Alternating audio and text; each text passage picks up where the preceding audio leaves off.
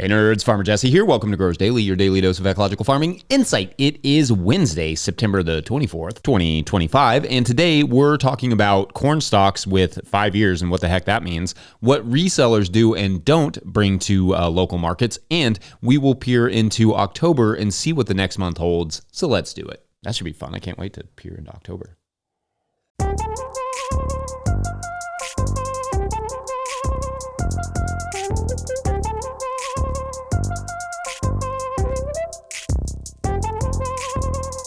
All right, happy Wednesday, everyone. I hope you all are doing well so far this week. You're midway through it, so that's good. This September is slowly coming to a close, which will mark the 1-year anniversary of this show, so that's also fun, but we will talk about all that next week. In fact, I will do a live show next Wednesday, and we can literally talk about it then and answer your growing questions, especially as they pertain to the winter and fall and cover crops and all those good things that we are all working on right now, at least here in the Northern Hemisphere. Yesterday, I did almost nothing on the farm because I went over to the Kentucky Mechanical Weed Control Field Day at UK, Go Cats, where they bust out a bunch of cultivation and soil preparation equipment and demo that stuff as best they can because it was a little bit wet yesterday. It's obviously a lot of larger scale sort of like tillage stuff there, and I did not get to stay for all of the demos, but there were some cool hand tools there. Plus, I did get to see some things I wanted to see in action, like the Sumi Soaker reels, and that was pretty neat. You know, they're just the irrigation system I've been kind of playing with this year.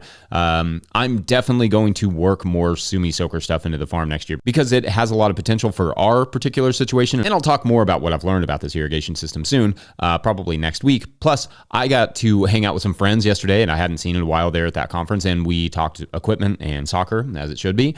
Fun stuff as always, and shouts to the Organic Association of Kentucky, the University of Kentucky, and everyone else for organizing and putting together that field day. That was very fun. Those ag organizations are really important, so make sure that you are a member of your local ag organization to help them keep going, because a lot of that funding dried up this year. So we need those. They're really important, and they really help us farmers get together and hang out and also learn a lot of new stuff. So I will be looking forward to another event coming up shortly. This one is called the Kentucky Composting Conference, which I will have Mike put a link in the show notes for you to find more info on that. All right, so every month I try to discuss what I'll be working on over the next few weeks here in Kentucky, Zone 6B, just so you can compare, but also so that I can remember. That's helpful. The next month is October, my birth month, and therefore the best month, but it is also an interesting month in terms of farming here because growth will slow down significantly if it hasn't already, but the weather is often some of the best of the year. Nice cool temperatures, nice cool nights, and there's a lot of time to get work done, but you're whooped from a hard season, so it's hard to want to get much done. For me, though, if I can dig deep and find some, energy and time and capacity to get some stuff done, having a productive October makes for a really productive April and May, and then I can just kind of chill a little bit more in November when it's a little colder. So first, obviously, I have to get the garlic popped and planted. That's the biggest item on the agenda for this next month, and I will, in fact, be starting on popping garlic next week, if not also planting that garlic just to get it off my plate. I can plant it as late October, but I generally like to plant it in the early part of the month just because I'd like it to be done. With the beds already ready for me, it's just about finding the time and the right window to do it. The next arguably and more pressing task on the list, depending on the weather, is getting the sweet potatoes out because of the early damage I've seen from critters, presumably because the drought called them in like a jerk. I am trying to wait as long as possible to harvest them, especially given the rain we just got. Hopefully that will help boost the yields a little bit, and some of those smaller sweet potatoes can size up a little bit more. Now, with sweet potatoes, I generally try to harvest them a bit early because I'm hungry and want to eat them, but also because I want them at a normal marketable size. But this year, I've just got to give them as much time as I can to, for insurance for a decent crop. Also, October is a winter cover crop time. It's time to get the winter cover crops popping that I don't want to winter kill, at least. That would be like rye, vetch, crimson clover, etc. I need all of that in and ready to roll pretty soon. October is also my last chance to get the tunnels flipped for anything I want to harvest by at least mid-winter. Preferably, I have it all in by the first week of October, but the later that you plant it, the later you will get it done. For lettuce, for instance, I think of it like planting the first week of October means it's ready like roughly the first week of December, but planting the second or third week of October means it's ready by the last week of December or even the first week of January. The difference can be that dramatic. Of course, that will depend on the weather, but that is usually what I go by, or at least what I use as motivation. Now, October also equals bed prep for future beds if need be. For instance, I'm turning one plot into blueberries, and that is going to take some reshaping and then some fertilizing to get it ready for the blueberry plants. That will be coming later this fall. I will journal that for you as I go. I kind of like this idea of journaling some crops and just showing you start to finish and how they go, how they function, how they perform, and all those good things.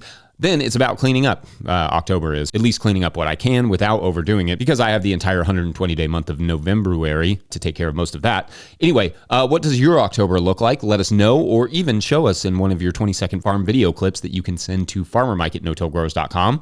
Otherwise, it's break time. When we come back, what to do when your corn goes bananas, almost literally, BRB. Look who's back. Hey, Fids, missed you. Hi, buddy. Today's episode of the Growers Daily is brought to you by Farmhand. Farmhand is the virtual assistant built for farmers, helping CSAs scale sales, run error-free fulfillment, and deliver 5-star service. Whether you're at 100 members or 1,000, Farmhand helps you grow without burning out. You've heard us and our farmers right here on Growers Daily. Explore farmer wins and learn more at farmhand.partners/no-till. That's farmhand.partners/no-till. All right, back to the show. If you, the listener, are enjoying this podcast, getting even a small amount of value from it, consider supporting our work over at patreon.com/no-till-growers. Does this show bring you $2 worth a month of value? $5? I will try to get to questions from everywhere the questions come in, but I will always get to your Patreon questions as a thank you. Now, today's Patreon question comes to us from Patreon member Yao King, who writes, quote, "Hi, Jesse, new supporter here." Hi, Yao. "I've been listening to your podcast daily and really appreciate the information you share. Thank you. I have 2 questions. My corn usually produces 2 ears per stalk. It's an heirloom long ear, small popcorn from my own seed. This year, my stalks have a lot more, 4 to 5 ears each, with some ears growing 2 sets of silks and leaves out of the husk too. Any idea what is happening? Second question is my mammoth gray striped sunflowers, also my own seed. They're the tallest they've ever been, with some reaching 12 to 14 feet, but the flower heads themselves are much smaller. Taller plants, but smaller heads. I am getting quote-unquote normal corn and sunflowers too, but that seems like the minority. I've been growing for 4+ years, and this season is noticeably different. Would love to hear your thoughts. Thanks, Jesse. P.S. They say a picture is worth 1,000 words, but I couldn't figure out how to upload a photo. If you did want to see it, I shared a video at my IG, Instagram, at White Rabbit Farmhouse, if that's helpful," end quote. Okay, so great questions, and thank you. And I will have Mike post a little bit of that clip from Instagram here as I talk, so those watching on YouTube can see it. But essentially, the corn stalk is indeed loaded with several ears leading up the stalk, and with a few with multiple silks coming out of the same ear, which is often referred to as MESS, M-E-S-S, or multiple ears, same shank syndrome. So it really should be M-E-S-S-S, but maybe it just gets a little messy. Anyway, now, there are a few things that can cause plants to do this. Genetics is one. You mentioned that these were heirlooms, so they just may be more predisposed to this sort of behavior. If you're selecting the seed in that case, I would probably not select from those plants. The reason being that most of those ears will not amount to much unless they do, in which case feel free to save away, I suppose. But the fertility could also be an explanation here. Could be good enough that the plant feels like it can produce more ears than normal. So perhaps there is an over-fertilization element here as well. It might be a situation where the spacing is really wide, the water delivery is really good, the fertility is really good. Add in the heirloom seed, and the plants feel like they can make it happen with more than 2 ears on the stalk. Sometimes with MESS syndrome, where a mini ear grows out of a main one, it can be caused by environmental stresses like wind or drought, or even damage to the ear as it's forming. So it could be separate from the number of ears you're getting off the stalk. Like these could be separate issues. It's not super uncommon to have one ear growing out of another. We have some MESS every season where a second, usually small ear comes out of the same node. And usually we get a decent ear off that, but it's never as big as the other ones. Now, on the sunflower side, fertility may be helping with the height there too, but so too may be the spacing. My guess here is that maybe they are spaced a little bit too tightly. When competition rises for certain crops, they spend their energy getting as tall as they can for the sunlight and then don't have as much energy to pour into their seed. So the result is just a smaller seed head. I talk about the critical period of competition, as it's called, in the Living Soil Handbook, and it's mostly has to do with plants versus plants of other species. But in this case, it may be the plants fighting each other for space. So my suggestion there would be maybe less space for the corn. We go about 6 to 8 inches apart, and more space for the sunflowers. We go about like 18 inches or for larger sunflowers, or even more if you want. Anyway, there may be other reasons I could not think of, and users can feel free to add their insights in the comments section as always. But I hope that was helpful. Let me know. Otherwise, we're going to take a quick break, and when we come back, we will talk about the resellers and how to think about them. Or maybe not think about them. No, how to think about them. Be right back.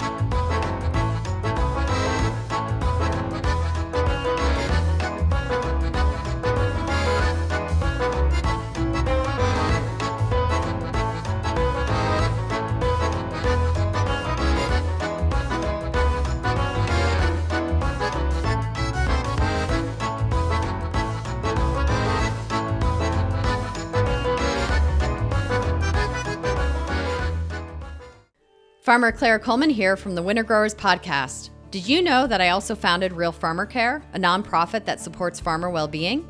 From my own experiences farming, I knew firsthand that this type of support was missing from ag, so I decided to do something about it. As of today, there are over 500 farmer recipients of a $100 self-care award, with more applying daily. If you'd like to help, each $100 donated supports one new farmer. Visit realfarmercare.com to donate and learn more. Again, that's realfarmercare.com. All right, so resellers. This is a term, albeit somewhat of a pejorative, that refers to people at the farmer's market who buy produce and resell it. This produce can come from Amish auctions or just general produce auctions, other farmers, from the grocery store or Sam's Club, etc. And these resellers are often how you end up with things like, I don't know, bananas in Michigan, or here in Kentucky, it's like tomatoes in April because they come up from, down south, from Georgia, Florida, etc. Now, this can be right out in the open, these resellers. Some farmers markets allow them, but require, resellers to explicitly state that they are in fact reselling. But sometimes it can be straight up fraud. People selling produce in markets that they did not grow, but are at very least implying that they grew it, or just not saying anything. Now, we sold for many years at a market where this reseller element was right out in the open, and the resellers all had to write on their labels where the produce came from, i.e. Georgia peaches or Florida tomatoes, etc. As far as I could tell, they followed these rules, and frankly, perhaps even controversially, I didn't really mind it, but with some caveats. First, most of the crops they brought were not crops I really bothered with growing, save for tomatoes, which I will come back to in a minute. Like the resellers are often focused on things like melons, watermelons, peaches, sweet corn, sometimes tomatoes, obviously, but mostly that like sort of lower profit, big stuff that we don't really grow, or at least don't depend on for a living. Again, besides the tomatoes, those are just like not crops that are highly profitable. So in the spring, what that would look like is that we would show up to a farmer's market in April with lettuces and kales and radishes and spinach and that sort of stuff, the leafy stuff. And they would show up with tomatoes. And it was the tomatoes they had from down south that brought in the customers who would then buy lettuce from us for BLTs or salads or whatever. So for us, those resellers were often helping us to boost our sales, because rarely, if ever, were they also selling lettuces. Moreover, because we were organic, people liked that they could get organic certified local lettuce, even if the tomatoes were conventional that they were buying from the resellers. It was like, you could kind of get everything you needed in one place, more or less. The one major downside was that in the middle of the summer, it was basically worthless to try and sell tomatoes, because not only did everyone have them, but customers had already been accustomed to them for months. So the first heirloom tomatoes were just nothing exciting to our customer base. It also kept the price that we could ask for those tomatoes fairly low. So we just kind of adapted, I guess. Our approach was to not really bother so much with those things, and instead focus on cherry tomatoes, which no one else really bothered with themselves. So that gave us a little bit of a niche. In fact, that was a lot of what we sold, stuff that the resellers didn't have. And for us, there was a nice symbiosis there, but I also recognize it is definitely not that way for everyone. Some growers will be trying to sell things that the resellers are selling and cannot compete on the price, or can compete on the price, but not on the profitability. For many of the resellers, they are retired and don't really need to or care that much about the income that they're making. So that's hard on the growers who do depend on that and who do all that hard work. Also, sometimes, like I said, there is just straight up fraud where resellers are trying to pass off produce as their own, which is not okay on any level. For me, I think that the fraud is really on the farmer's market to police, fair or not, because they are already overworked. But the policies should be set in place to limit that and identify it and punish it adequately. The Lexington farmer's market where we sold here, they've always done a really good job of that, I think. We never saw any major issues with people, lying, and it was never really in conflict with what we were doing. I will also kind of twist this conversation a little bit. I don't know if that's the right word, but if reselling is allowed, reselling can be a great way to add unique items to your own booth. I have friends who, for instance, buy avocados from other friends out in California and sell those in the East at their own farm store. The idea being, if my customers are going to be buying avocados anyway, they may as well be buying them from good farmers who we know and trust and then paying us to source them. Like, I don't think everyone needs to be a reseller, and we never did that except a few times when we bought items for our CSA, but I do think there's an opportunity there if it's allowed at your market. Anyway, what say you all? Thoughts? Like it? Hate it? Let me know. Otherwise, I think that's going to be it for this Wednesday. But before we go, we're going to get a quick word from our friends at Rimmel Greenhouse Systems. Whether you're growing tomatoes for market, flowers in the spring, or vegetables for your family, growing in a high tunnel protected from the weather provides the right environment for a harvest you can count on. Rimmel greenhouses are strong, durable, and easy to assemble, offering the quality you need to grow productively year-round. The team of experts at Rimmel Greenhouse Systems will be your trusted partners to ensure you get exceptional value from your greenhouse or high tunnel investment. Visit Rimmel.com today to get growing. Don't forget, No-Till Growers is now officially a nonprofit 501c3, so donations are tax deductible and greatly appreciated. You can learn more about how to do that in the show notes. Let's say maybe you're looking for a little end-of-the-year tax break. That could be a good opportunity to keep this information flowing and free and open to anyone and everyone in the world. Also, please make sure to like and subscribe and or follow wherever you're getting this podcast. That's an easy way to help us out. Enormous thank you to all of our show sponsors. And if you'd ever like to sponsor the show, you can reach out to Farmer Michelle at notillgrowers.com. Huge shouts to Willie Breeding for the theme music and Mike Hilbert for the production help and editing. Also, we have like one more week if you want to get your theme song in. We're going to do them all through September. So shoot those over to farmermike at notillgrowers.com. Just cover the theme song however you want. We've had some good ones this month, so shouts to you all. Also, shouts to Epidemic Sound for the background music that you can hear. Pick up a hat like this one, or our Boggins, or one of the other ones that Mike's putting on the screen right now, or a copy of my book, The Living Soil Handbook, at notillgrowers.com to support our work. All the proceeds from that just go to doing more of this stuff. Big thank you to everyone over at patreon.com/notillgrowers, where at a certain level, or if you just bump up from one level to another, or you sign up in the month of September, you get a shout out on the show. So big shout outs today to Philip. Shouts to Philip. Shouts to all the Phillips. All right, so you will remember from our story yesterday, our farmer, Susie, and our boar, Terrifying, are both stuck in the barn, kind of, Susie is injured and barely able to even drag herself to the door, even if she could get there without getting right up against the boar. The boar is stuck, like I said, in the way, wrapped in some woven wire fencing, and it's just an impasse. And it's important to note, and for the narrative, that Susie lives alone. No one is coming. No one's expecting her back for dinner or anything. So after about an hour of thrashing around, the pig finally, rests. Susie can feel her, muscles relax, and the two sort of stare at each other. I don't know if you've ever, looked a boar in the eyes, but it feels weirdly human. And in that moment, Susie feels both fear and kinship. She has no idea what the boar is thinking, and the boar has no idea what Susie is thinking, but it's getting late. They're both tired. Susie is in an immense amount of pain. Yelling for help has done nothing because, like I said, she lives alone. There's no one around. And she eventually falls asleep. What happens next is for tomorrow on Wild Boredom. Just kidding. The title it's way better than that. You'd love it. Anyway, thanks for watching and or listening. We will see you tomorrow. Bye.